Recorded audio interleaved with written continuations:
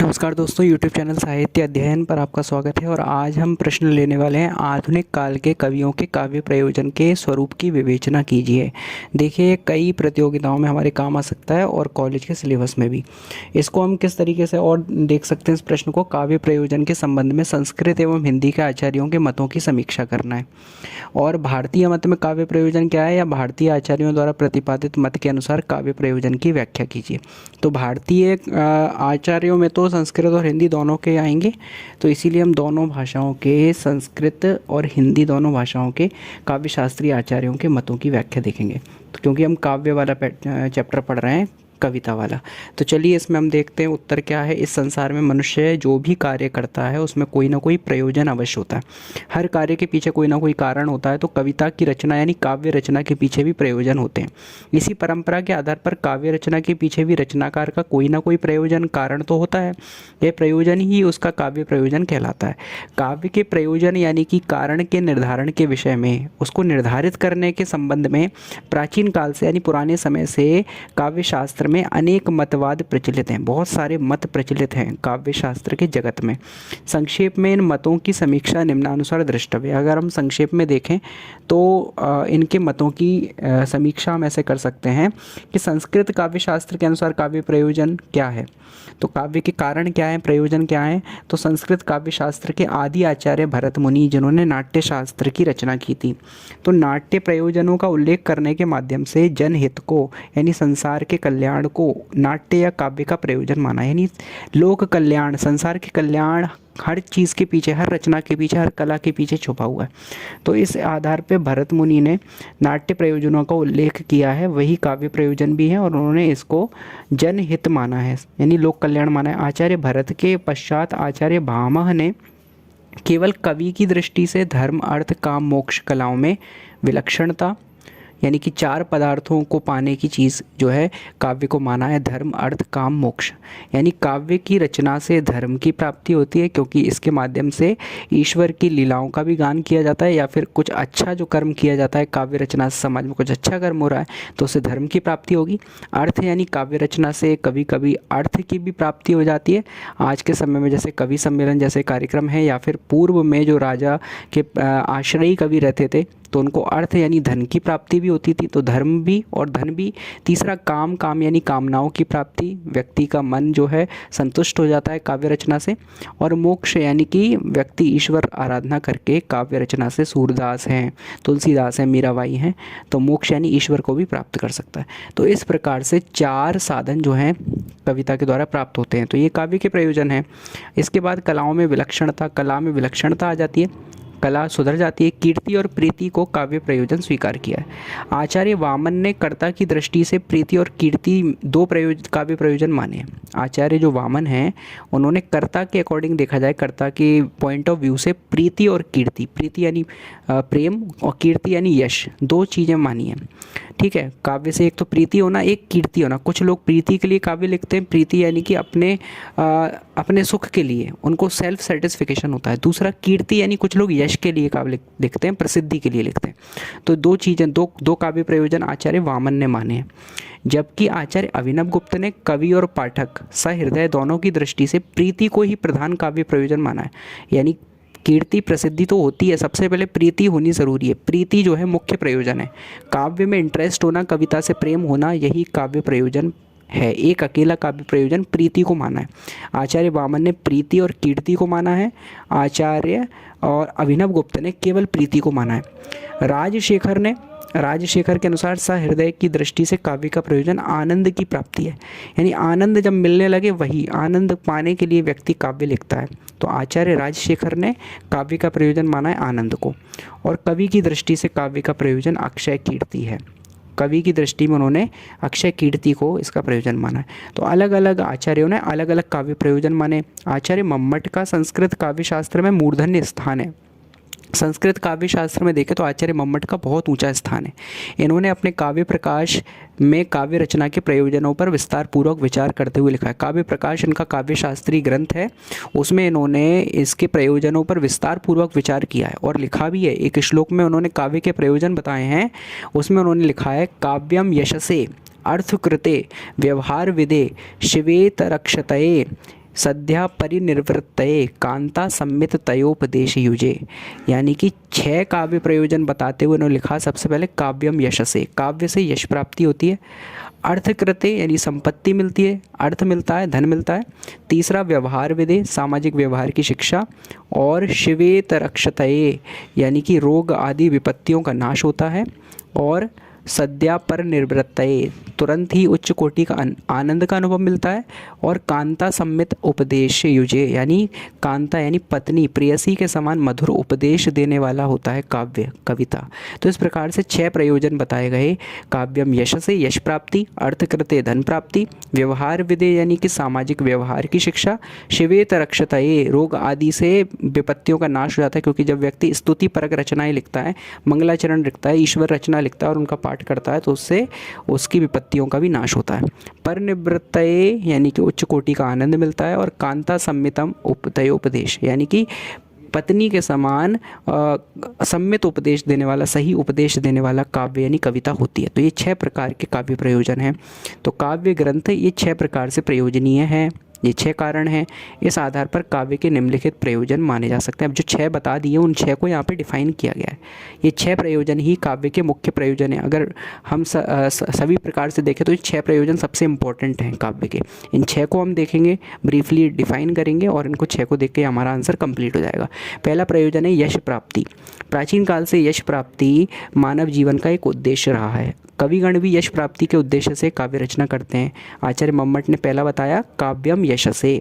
ठीक है, पूरा एक श्लोक जो हमारा है ये 6 प्रयोजन बता रहा है। इन 6 को ही हम डिफाइन कर रहे हैं यहाँ पे। तो पहला है काव्यम यशसे, यश प्राप्ति। रचनाकार की रचनाएं उन्हें अजर अमर बना देती हैं, उनको प्रसिद्ध कर देती हैं। आज जितने रचनाकार हैं वो सब प्रसिद्ध हो गए हैं। सूर्यकांत त्रिपाठी, निराला, महादेवी वर्मा, सुमित्रा नंदन पंत, रामधारी सिंह दिनकर, तुलसीदास, सूरदास, मीराबाई, रस खान और जितने भी हैं पूर्व काल से होते हुए आए, संस्कृत के हो चाहे हिंदी के, कालिदास, वेद व्यास, विलहण, कलहण, राजशेखर और भी तमाम, भास, अश्वघोष, भारवी, भामह, चाहे जितने भी हों, ये सारे के सारे आज जो है प्रसिद्ध हैं। इनका यश संसार में व्याप्त है, सब इनको पहचानते हैं। तो कुछ महान कवि ऐसे भी हो सकते हैं जिनका उद्देश्य भले ही प्रारंभ में यश प्राप्ति ना रहा हो, लेकिन काव्य रचना के बाद वे अपनी रचना के कारण सदैव के लिए साहित्य के क्षेत्र में अमर हो गए। वेद व्यास को भले ही यश प्राप्त नहीं करना था, लेकिन आज वो संसार में अमर तो हैं अपने काव्य के द्वारा। तो भले ही उनका उद्देश्य यश की प्राप्ति नहीं था, लेकिन काव्य रचना के बाद वे अपनी रचना के कारण हमेशा के लिए साहित्य के क्षेत्र में अमर हो गए। उदाहरण के लिए महात्मा कबीरदास, उनने यश के लिए नहीं लिखा। जायसी, सूरदास, है ना, तुलसीदास आदि ऐसे ही कवि हुए हैं जिनका हम आज भी यशोगान करते हैं। मीराबाई, उन्होंने यश के लिए तो नहीं किया, ईश्वर आराधना के लिए किया था, लेकिन उनका जो है उनको प्रसिद्धि मिल गई। किसी भी कारण से उन्होंने किया हो, लेकिन उनको प्रसिद्धि मिल गई, यश की प्राप्ति हो गई। दूसरा प्रयोजन है काव्यम यशसे, उसके बाद अर्थकृते, धन के लिए। तो अर्थ प्राप्ति, मानव जीवन का दूसरा महत्वपूर्ण प्रयोजन धन प्राप्ति होता है। धन के बिना कुछ नहीं चलता। तो कवियों द्वारा भी धन प्राप्ति के लिए काव्य रचनाएं लिखी गई हैं। सबने नहीं लिखी, लेकिन कुछ ने तो लिखी। रीतिकाल के अधिकांश दरबारी कवियों ने धन प्राप्ति के प्रयोजन से अपने आश्रयदाता की प्रशंसा में, यानी जो उनको आश्रय देने वाले राजा थे उसकी प्रशंसा में कविताएं लिखी, क्योंकि प्रशंसा सुन के वो प्रसन्न हो जाते थे। राजा ऐसे थे, अपनी तारीफ सुनने के इच्छुक थे, भूखे रहते थे, तो उनकी प्रशंसा में काव्य रचनाएं लिखी। कविवर बिहारी लाल जी के संबंध में यह प्रसिद्ध है कि उन्हें प्रत्येक दोहे की रचना के लिए एक सोने की मुद्रा देने का वचन करके आश्रयदाता राजा के द्वारा दिया गया था। यानी कि हर एक रचना के बदले उन्हें एक सोने का सिक्का मिलता था। इसी प्रकार आदिकाल के कवि भी दरबारी थे जो अपने आश्रयदाता राजा की वीरता, ऐश्वर्य और रानियों की सुंदरता की प्रशंसा मुक्त कंठ से करते थे। जैसे पृथ्वीराज रासो नाम का ग्रंथ लिखने वाले जो राइटर थे, राजा पृथ्वीराज चौहान के मित्र थे, वो भी इस तरीके से। और देखें तो उनसे उपहार प्राप्त करते थे। आधुनिक युग के कुछ कवियों में भी यह प्रवृत्ति दिखाई देती है, आज के समय में भी ये प्रवृत्ति दिखाई देती है। राजाश्रयी कवि होते हैं, कुछ गवर्नमेंट कार्यक्रमों में वो जाते हैं। ठीक है, इसके बाद आए व्यवहार ज्ञान। व्यवहार ज्ञान में समाज को सुव्यवस्थित बनाए रखने के लिए व्यवहार ज्ञान होना आवश्यक है। इसका चौथा प्रयोजन है काव्य का। देखिए, व्यवहार विधेय, सामाजिक व्यवहार है ना, इस श्लोक के अंदर तीसरा प्रयोजन बताया, क्षमा कीजिए चौथा नहीं तीसरा है। तो व्यवहार ज्ञान यानी समाज को सुव्यवस्थित बनाए रखने के लिए व्यवहार ज्ञान आवश्यक होता है। इसी उद्देश्य से अनेक कवियों ने अपने निकट के संबंधियों, मित्रों या संतान अथवा समाज के सभी लोगों के लिए नीति एवं व्यवहार की शिक्षा देने के लिए काव्य रचनाएं लिखी। यानी कि जो लेखक हुए हैं उन्होंने नीति की शिक्षा देने के लिए, समाज को भलाई की शिक्षा देने के लिए, व्यवहार की शिक्षा देने के लिए भी कविताएं लिखी हैं, काव्य लिखे हैं। तो व्यवहार ज्ञान भी इसका एक प्रयोजन है। आगे और प्रयोजन देखें तो पहले इसको समझें अगर अच्छे से, तो इस दृष्टि से, इस नज़रिए से, व्यवहार ज्ञान के नज़रिए से देखा जाए तो गोस्वामी तुलसीदास का रामचरितमानस महत्वपूर्ण चरित्र महाकाव्य है, क्योंकि हर एक चरित्र के द्वारा एक अच्छे व्यवहार की शिक्षा दी गई है। चाहे वो भगवान राम का चरित्र हो, उसके माध्यम से एक आदर्श भाई, आदर्श पुत्र, आदर्श शिष्य की शिक्षा दी गई है। समाज में धर्म को, अच्छाई को, भलाई को, सत्य को किस प्रकार से स्थापित किया जाए, अन्याय के विरुद्ध कैसे लड़ा जाए, पापियों को कैसे सज़ा दी जाए, ये सब राम के चरित्र से दिखाई देता है। हनुमान जी के चरित्र में एक आदर्श सेवक दिखाई देता है। हनुमान के चरित्र से हमें सेवा भाव सीखने को मिलता है। माँ सीता के चरित्र से हमें एक आदर्श नारी का चरित्र देखने को मिलता है। वहीं लक्ष्मण के चरित्र को देखकर भी सेवा भाव की शिक्षा मिलती है। लक्ष्मण भरत जैसे चरित्रों को देख के एक अच्छे भाई की भी सीख मिलती है। कई चरित्र ऐसे हैं रामचरितमानस में जो हमें अच्छी सीखें देते हैं, व्यवहार ज्ञान सिखाते हैं। इसमें मानव जीवन के मर्यादित आदर्श चरित्र का व्यावहारिक रूप में दृष्टिगोचर होता है। इसी प्रकार बिहारी, रहीम और वृंद आदि ने भी नीतिपरक काव्य रचनाएं की है, कुंडलियाँ लिखी हैं। रहीम के अच्छे दोहे हैं, कवि वृंद के हैं। इस प्रकार हमें कुछ ना कुछ व्यवहारिक ज्ञान भी ये देते हैं। ठीक है। इसके बाद यदि अगला प्रयोजन देखें तो लोकहित है। लोकहित यानी समाज का कल्याण, समाज का भला। तो कवि जो होता है समाज का मार्गदर्शक होता है। ये लोकहित की दृष्टि से भी काव्य रचनाएं लिखता है, जिससे संसार का भला हो, सबका अच्छा हो, किसी का अमंगल ना हो, सबका मंगल हो, सर्वे भवन्तु सुखिनः। इस दृष्टि से भी काव्य लिखे गए हैं। अनेक कवियों ने अपने युग और समाज को अनिष्ट से बचाने के लिए काव्य रचनाएं लिखी हैं। उनका युग बचा रहे, उनके लोग बचे रहें, एक परोपकार की भावना से काव्य लिखा है। तो कुरुक्षेत्र महाकाव्य के रचयिता श्री रामधारी सिंह दिनकर जी ने अपने काव्य में विश्व को अनिष्ट से बचाने के लिए शांति का संदेश दिया है। इसी प्रकार लोकनायक गोस्वामी तुलसीदास जी, महाकवि जयशंकर प्रसाद आदि कवियों के नाम भी उल्लेखनीय हैं, जिन्होंने संसार की अनिष्ट से रक्षा करने के लिए अपने काव्य की रचना की है। ठीक है। अगला प्रयोजन क्या हो सकता है? आत्म शांति, यानी कि अपने मन की शांति के लिए भी काव्य लिखा जाता है। ये सारे के सारे प्रयोजन तो हैं, लेकिन काव्य लिखने से कवि के खुद के मन को भी शांति मिलती है। ठीक है। तो आत्म शांति भी एक प्रयोजन है। प्राचीन भारतीय मानव जीवन में आत्म शांति एक महत्वपूर्ण जीवन उद्देश्य रहा है। अनेक ऐसे कवि हुए हैं जिन्होंने आत्म शांति के लिए, यानी अपने मन को शांत करने के लिए, अपने हृदय की तृप्ति के लिए कविताएं लिखी हैं।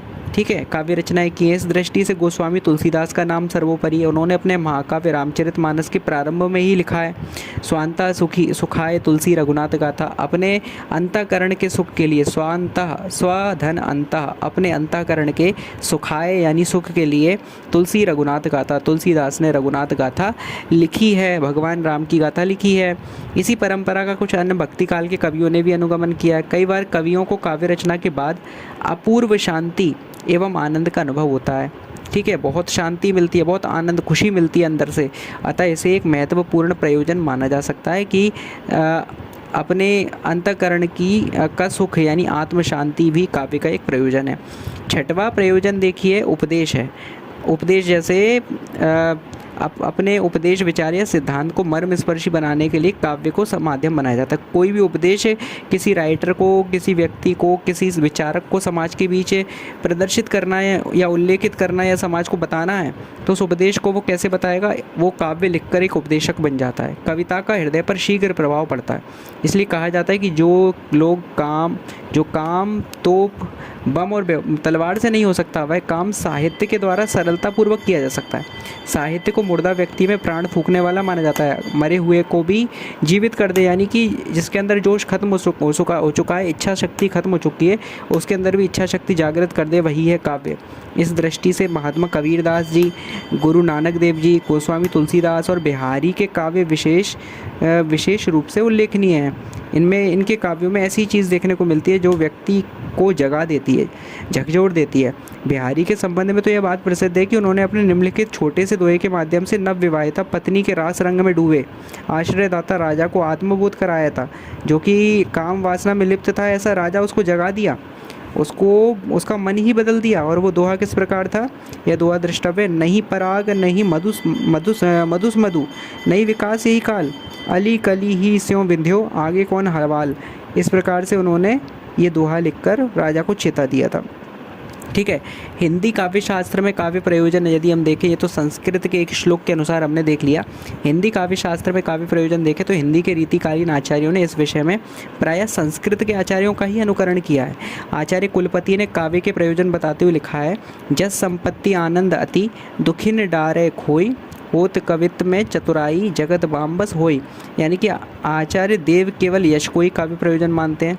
आचार्य देव लिखते हैं, ऊंच नीच तरु कर्म बस, चलो जात संसार, रहत भव्य भगवंत जस, नव्य काव्य सुखसार। तो यहाँ पे यश को बता दिया उन्हें, भगवंत जस। ठीक है। कीर्ति धन मनोरंजन मंगल अनिष्ट का नाश और उचित उपदेश, ये 5 काव्य प्रयोजन जो कि मम्मट के 6 में से लिए गए हैं, इनको आचार्य सोमनाथ ने भी माना है। वे कह रहे हैं, देखिए जो आचार्य मम्मट ने अपने संस्कृत श्लोक में कहा, अभी हमने आंसर के शुरू में देखा था, वही इन्होंने हिंदी दोहे में कह दिया। क्या कह रहे हैं? कीर्ति वित्त विनोद अरु अति मंगल को देती, करे भलो उपदेश नित सरस कवित चित चेती। यानी कि कीर्ति यश, वित्त यानी धन, विनोद यानी कि मन का सुख मनोरंजन, अति मंगल को देत और जगत का मंगल, करे भलो उपदेश और भले का उपदेश। ये 5 उन्होंने कविता के प्रयोजन बता दिए। ये सारे के सारे आचार्य मम्मट से लिए हुए हैं। आचार्य भिखारी दास ने तप पुंजों का फल यानी चतुर्वर्ग फल की प्राप्ति, जैसे अर्थ धर्म काम मोक्ष, संपत्ति यश और आनंद, ये 4 काव्य प्रयोजन स्वीकार किए हैं। ठीक है। इसके बाद यदि हम देखें, आचार्य महावीर प्रसाद ने ज्ञान विस्तार और मनोरंजन को काव्य का प्रयोजन माना है। लेखक का उद्देश्य सदा से यही रहा है, उसके लेखकों से पाठकों का मनोरंजन भी हो जाए और साथ ही ज्ञान की सीमा भी बढ़े। अयोध्या सिंह उपाध्याय हरिऔध ने ज्ञान और आनंद को काव्य का प्रयोजन माना है। ठीक है। इन्होंने ज्ञान को, नॉलेज को और आनंद यानी कि सेटिस्फिकेशन को काव्य का प्रयोजन माना है। महाकवि जयशंकर प्रसाद ने मनोरंजन और शिक्षा यानी मनोरंजन भी हो, शिक्षा भी हो, ज्ञान भी मिले, इसको काव्य का प्रयोजन माना है। कविवर सुमित्रा नंदन पंत ने स्वांत सुखाय यानी अपने अंतःकरण के आनंद को और लोकहित को यानी समाज का भी भला हो, अपना मन भी शांत हो जाए, उसको काव्य प्रयोजन स्वीकार किया है। श्रीमती महादेवी वर्मा के अनुसार काव्य का प्रयोजन है मानव हृदय में समाज के लिए अनुकूलता उत्पन्न करना, यानी व्यक्ति के हृदय में समाज के प्रति संवेदनशीलता जागृत हो जाए, ये काव्य का प्रयोजन है। उसका मन जो है संवेदनशील हो जाए, यही तो कविता है। कविता जो है व्यक्ति के मन को संवेदनशील बना देती है, भावुक बना देती है। उनका मत है कि साहित्य का उद्देश्य समाज के अनुशासन के लिए है। ठीक है। बाहर समाज के अनुशासन के बाहर स्वच्छंद मानव स्वभाव में उसकी मुक्ति को अक्षुण्ण रखते हुए समाज के लिए अनुकूलता उत्पन्न करना है।